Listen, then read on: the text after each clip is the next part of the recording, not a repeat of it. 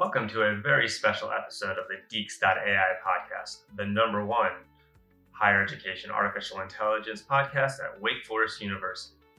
For our first video podcast, we recruited two rockstar, longtime Wake Foresters to help us out here.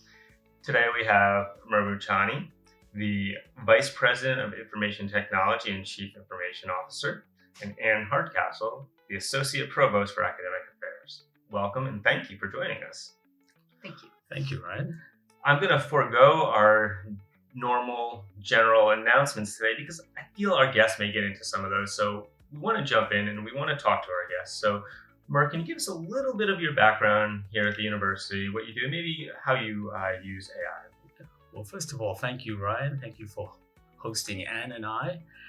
So I have the privilege of serving as a Vice President for Information Technology and CIO. I've been in this role for the last 10 plus years, coming up on 11. So my role is to work in partnership with the campus community to provide leadership, management, vision for all aspects of information technology, including AI, in support of the institutional mission. On a personal level, I am an active user of AI. I use it daily. I view it as a companion, whether I'm drafting reports, generating communication, analyzing large data sets, and more at a departmental level as we think about how we might both enhance and expand campus services with AI. So that's a little bit about me. Yeah. Hi. As you said, I'm Anne Hardcastle. It's a pleasure to be here. I appreciate the opportunity to come and talk today about our academic AI strategies. I have been at Wake Forest for 23 years. I came here as an assistant professor of Spanish and film studies. So my background is in those disciplines. And I am not a daily user of AI. As someone who came in to my professional life based on communication and languages and writing, those habits are deeply ingrained, and I haven't quite yet figured out how to, I don't even remember to turn to AI at this point in my life. And I get to things and I'm like, oh, I could have done that with AI. And it just didn't occur to me. So I'm trying to figure out where I can add AI in really great things, taking meeting minutes and drafting some initial comments or items to then go back and review for some of the areas I work on. So that in my role at the Provost office, I am responsible for our academic program portfolio. So I help people develop new academic programs and the units that support academic programs such as the Registrar's Office, Institutional Research, the Center for Learning Access and Student Success, and the Office of Civic and Community Engagement all report to me to try to help make sure our academic programs have the infrastructure they need to succeed. Do you have time to sleep? Yes, I do. Thank you. Yeah, it's a fun portfolio, and it's less diverse than you think. They all kind of connect through our academic programs. And that's kind of what got me into leadership of the AI working group, is that AI is going to be so tied to our curriculum and to the essence of our academic programs in many places. So that's what is bringing me more into this space to lead this work on the academic side. Well, thank you. Fantastic. So, as we've heard, both of you are very integral in the leadership of Wake Forest and both very ingrained in developing the artificial intelligence strategy. Now, Wake Forest has two sets of guidelines for generative artificial intelligence, an academic one and an administrative one. Can you each touch on the guidelines and why the strategy was chosen to create two different ones and maybe some of the roles involved in that? Sure. Do you want to go first? Sure. I think when AI really started to show up in the academic space, we were approached in the Provost office by faculty who were concerned immediately about academic integrity. I will say that led our first sort of thoughts about how we were going to guarantee student learning in this space where AI was just doing marvelous and amazing things very quickly out of the box. And so we gathered faculty from across the university, from the different schools, and we started talking about AI and about what was going on in it with AI in their disciplines and their programs. And it very quickly shifted from a focus initially on academic integrity to, okay, let's take a step back from that panic, and we start seeing the ways that this is going to enhance people's professional lives in ways I think are kind of interesting now, looking a couple of years back. What we thought then and what we're seeing now is just more than we would have ever imagined right there.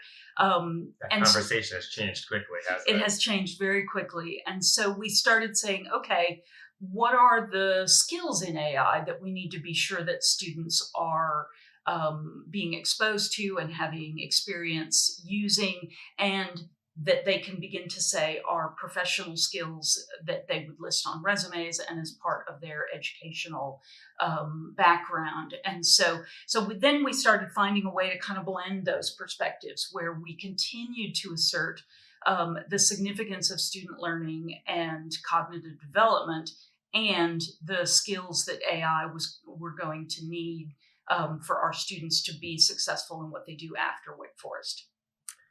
So I'll add to what Anne has said. And yes, I think we were very intentional in thinking about the varied uses of AI across both academic spaces and the administrative spaces. But I'll describe the process as one that was community driven. It grew out of great collaborative work over the course of 2 years. We did have some overlap between the two groups, the academic group and the administrative group. Actually, Anne and I were the overlap between the two groups, so that cross-pollination was happening. But on the administrative side, we, like the academic side, drew membership from across campus. So we had leaders from academic administration offices, admission and financial aid, campus life, advancement of financial services, Office of the General Counsel. We had leaders in internal audit and compliance, institutional research, business strategy and transformation folks also joined us, as well as information security. So our process somewhat mirrored what was done on the academic side. On the administrative side, we looked at the actual uses of generative AI across the institution. We had lots. I remember the first several months, many folks from across campus, led by Odi Ayanku in information systems, would talk to us regularly about opportunities and use cases. So we did that. That was part of our learning process. We looked at guidelines across higher education to see what we could learn from others. I think we do that really well. In higher education, we benchmark ourselves against peers. We also consulted a number of sort of thought leaders, if you will, from other entities like Gartner Research, the Tambellini Group. And then another factor was we knew that AI would be closely connected with our existing institutional policies when it comes to information security and data classification. So that was another aspect. So broadly, it was a consultative, collaborative process, and that's how we developed these institutional guidelines. Thank you. Yeah. For anybody interested, they can find the guidelines at ai.wfu.edu. Both sets of guidelines are listed. And you'll notice we've been very careful with our terminology and use the word guidelines. And it's important to note that these guidelines provide a framework for people to follow in a structure when they're looking for information about AI. Now, thinking about the academic side of things, and I'll probably turn to you mostly on this one, Wake Forest has taken a stance that they are guidance, but it intentionally gives professors agency to create certain policies in their own classrooms. Some students, though, have expressed a little bit of concern that the teachers' policies, professors' policies from class to class or discipline to discipline are different. It's created a little bit of confusion, but given the professors a little more freedom. What led to the decision to make that kind of federated strategy?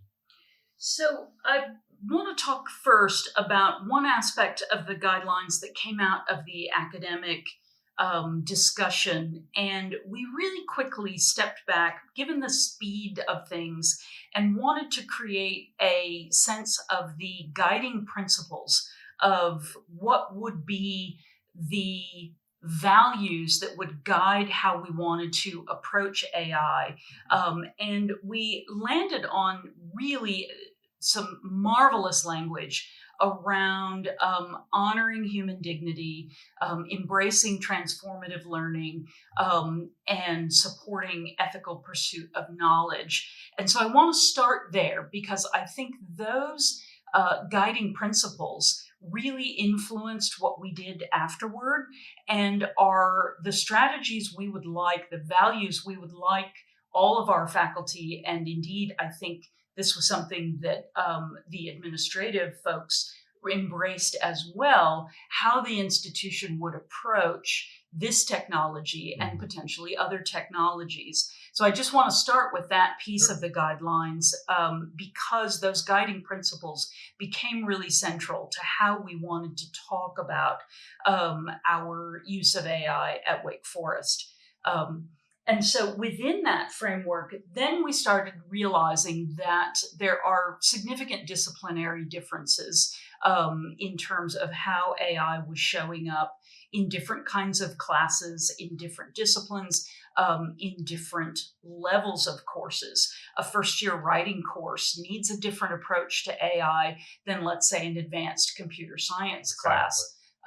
And so we really had to build that flexibility in. There wasn't any way a single policy was going to cover that and not be restrictive in ways that were just going to impact curriculum in ways that would then diminish the curricular significance of the courses that students were taking. And then the last piece is that academic freedom piece. We do honor the expertise of our faculty, their creativity, their ability to understand how their disciplines are evolving. And we wanted to give them the freedom to bring that expertise, to bring their understanding of student learning in their courses to the way they were incorporating AI or not into their classes where it was appropriate. It really was meant to be a roadmap, both with those values up front and then suggested questions to think through in designing a policy for your own course. I would just add, although there isn't much to add to what Anne just said, but this is one of the areas where I thought there was a good bit of cross-pollination between the academic group and the administrative group. So the decision not to have a one-size-fits-all approach, I think, really resonated on the administrative side, because just as we have varied academic disciplines when it comes to AI, there's a similar approach or a similar application when we think about AI when it comes to the various administrative departments. So we thought that a one-size-fits-all would be constraining as well, and that we needed to provide a framework, which these guidelines are. And using that framework, that gives departments, whether they're academic or administrative, really the opportunity to have meaningful discussions about how they might take a complementary approach to based on their particular needs. And so I think this is the beauty of the approach that we use. Not only was it consultative, but then it allowed for varied uses and applications across the institution. You mentioned, and I think you mentioned this, artificial intelligence is an emerging technology. It's currently what's there. I guess this is going to stick around for a while. It is the fastest pace of an emerging technology I think we've ever seen in history. It's moving at this rapid transformational pace. It's transforming every industry. Now, education is at the forefront. It's sort of the spearhead, the tip of the spear of what's getting transformed. We have guidelines. How is Wake Forest keeping up with the change and adapting? I'll take it first. Start it. You're absolutely right, Ryan. The pace of change is mind-boggling. It's incredible. It's continuous. And seemingly every few months, there's another major advance in AI. So our strategy has to be equally agile. So we have adopted what I like to describe as a process of continuous and active engagement and exploration as we learn more. We're all learning in this space. And this is one of the reasons why we stayed away from a static policy. We just thought that wouldn't stand the test of time. So we've taken this flexible approach.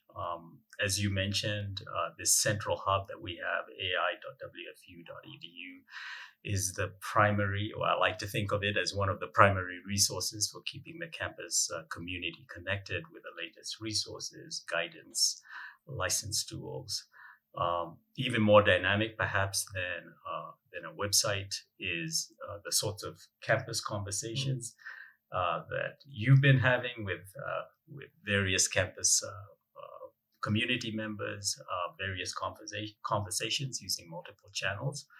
I just want to quickly mention the AI Fest that we hosted last year in 2024, which got good reception. We had over 200 faculty and staff attend for presentations and workshops from Wake Foresters, from industry partners.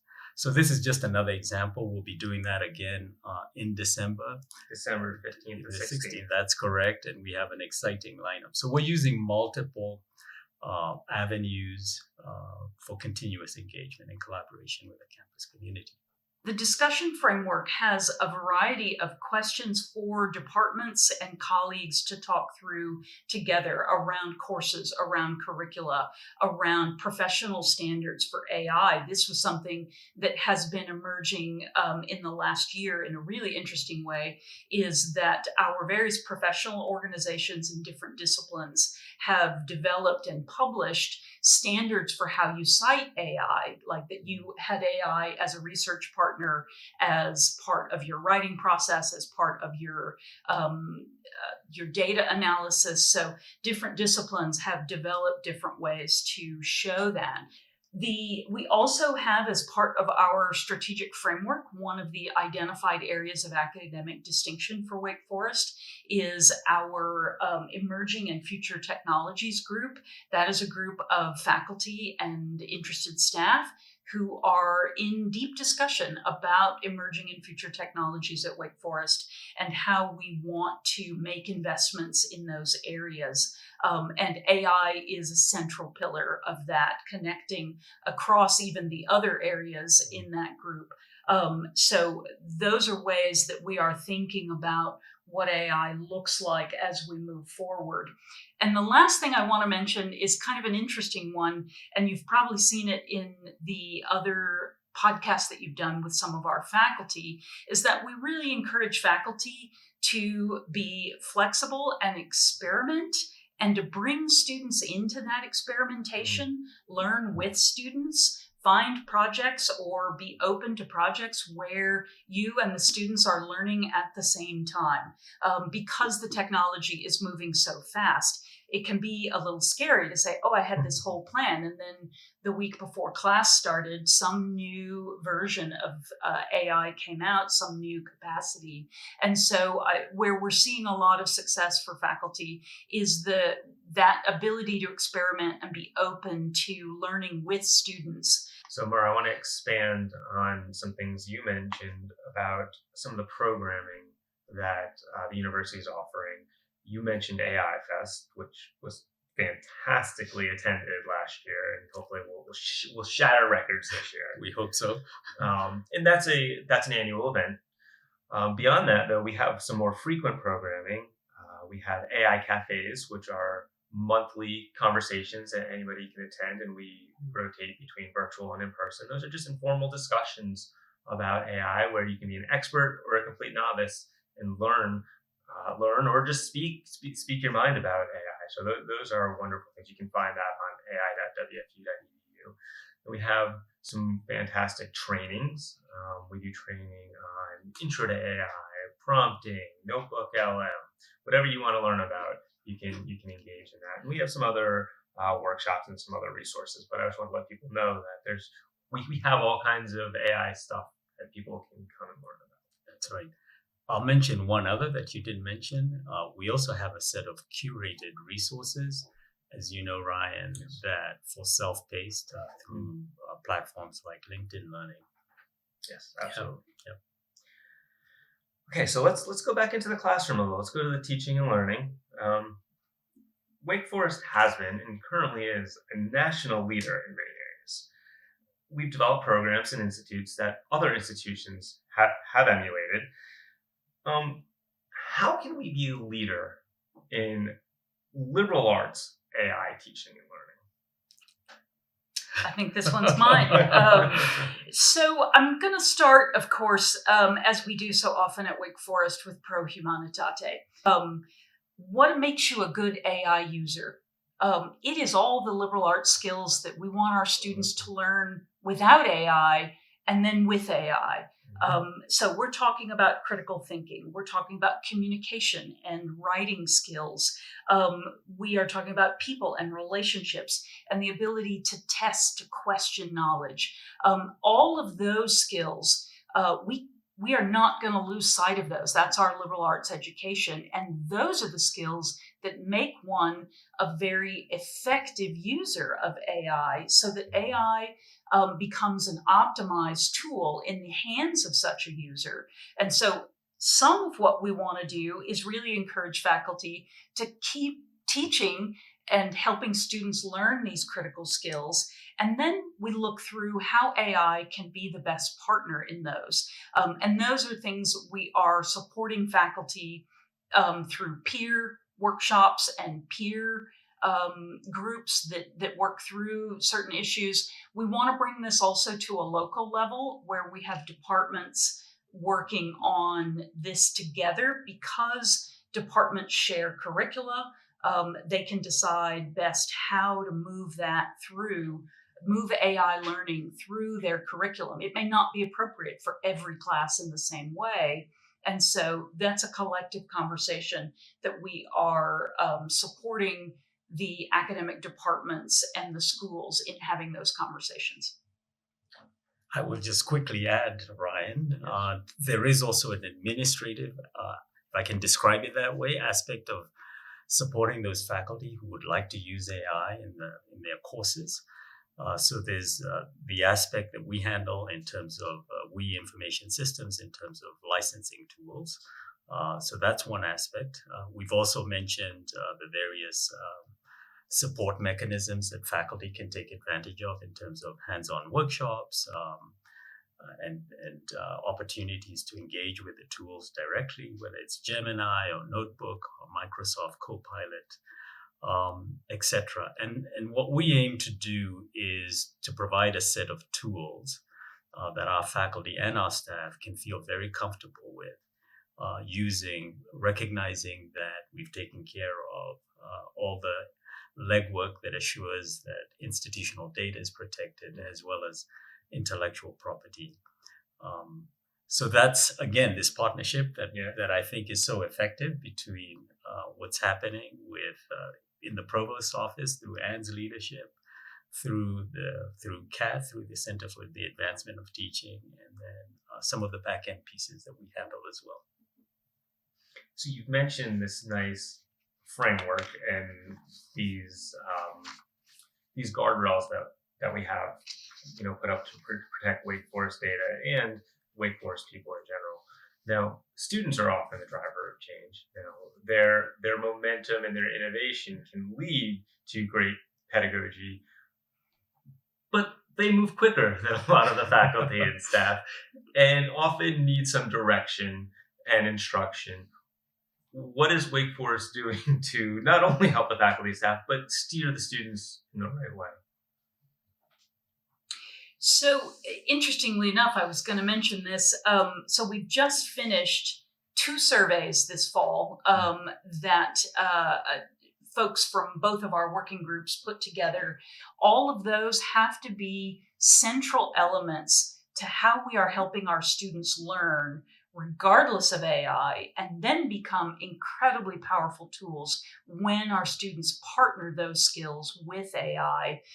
That optimized combination of the human and the technological is where research data is already showing the most productivity, the most effectiveness of people who are using AI with that partnership. And that's where we want to continue to help students understand that, that there are critical skills you need to develop to be an agile thinker, to be a creative problem solver. And we're not going to exclude AI from this environment, but we have to do both of those at the same time. Absolutely. With all these tools that come out, seemingly there's a new tool every day or a new crazy feature that shocks the world. Once again, we talk about the pace of change. This is daily. I talk about often, I listen to a daily podcast and the host says that daily isn't frequent enough in the AI world. Mm-hmm. So new stuff comes out all the time. Companies, everywhere from the big AI labs to just even a single coder, are releasing tools, but they're not going, it's not a lot of B2B. They're not going to do it. They're going straight to the consumer. And with that, these tools are getting into the hands of not only students, but faculty and staff as well. So with that, Mur, I'm going to go ask you this. Does information system have guidance for specifically faculty staff on maybe which tools to evaluate, which tools to use as we think about the proper usage, but also data security?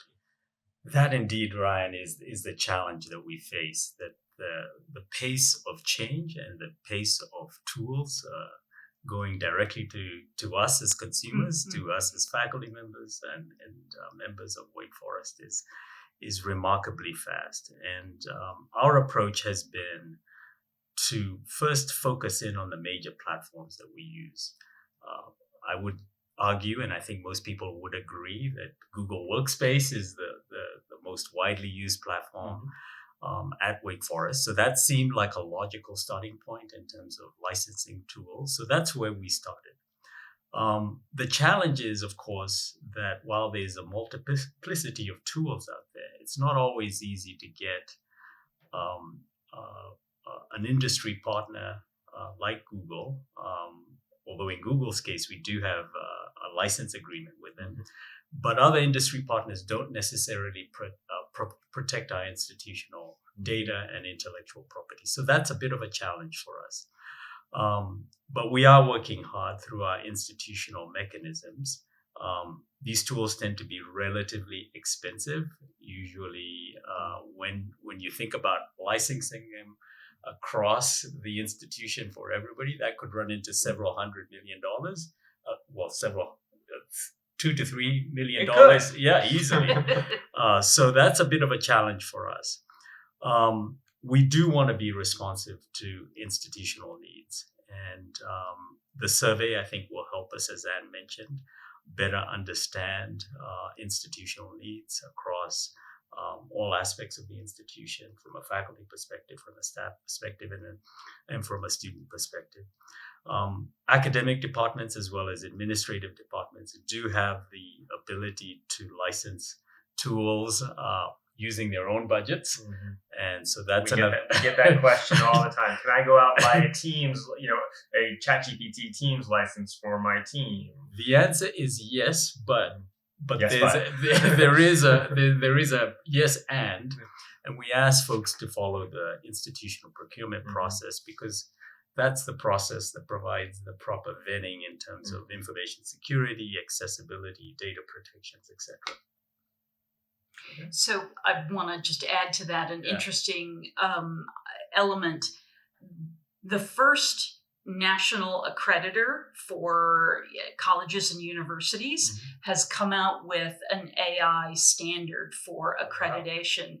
And it focuses a lot on the institution's strategies for ensuring privacy, security, and other values that the institution holds around the use of technology, and making sure that those policies are clear, and that the institution is implementing them and monitoring that there isn't a wild, wild west at your campus.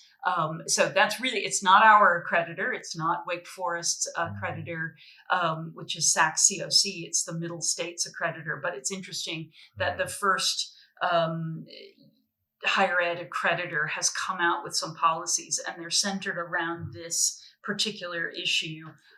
They're not explicit, again, about how do you do curriculum and learning with AI, but they are about how do you think through as an institution the kinds of tools you're acquiring, how you're training people in those tools, and how you're supporting your institutional values through those tools.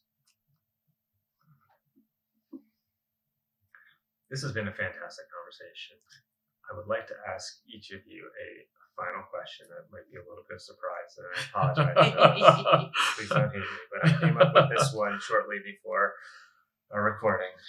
So, oh boy. So, at its core, Wake Forest provides a world-class liberal arts education. And we root ourselves in equipping students to be leaders in society. We give them a well-rounded skill set. We teach them to succeed and thrive. So let's look out on the horizon. You pick the time frame, 5 years, 10 years, 15 years. How will generative AI change pedagogy at Wake Forest, and what will the landscape look like? Will we function as we do, or will we have to radically change? I'll wade in first, or are you ready? So I think there's I just had an interesting conversation about new degree programs that have AI in the title. And at the moment, those are signals in the marketplace of how our academic programs are responding to this technological development. And we laughed because we wondered at some point very soon, maybe in 5 years, would we not need AI in the titles of degrees and majors? Because that would be like saying, well, this is calculus with calculators. That we would be in a space where AI was such a natural component of how students were learning that you wouldn't need to signal that in the names. It would just be a foundational technology. It would just be a foundational technology. And so that is part of what I would say. But the last piece of what I would say is that a mature space here for me looks like a world in which we have spaces that remain AI free in learning, like in learning in higher ed. There will be spaces that need to remain AI free because we want to develop particular skills in our human beings, right? Just like there are spaces that remain calculator free, that remain or spreadsheet free, potentially. Those, exactly. There will be spaces where we want to develop the human capacity to use the tool in very explicit, creative, and innovative ways. And then there will be spaces where we have discovered that AI can complete this task without us.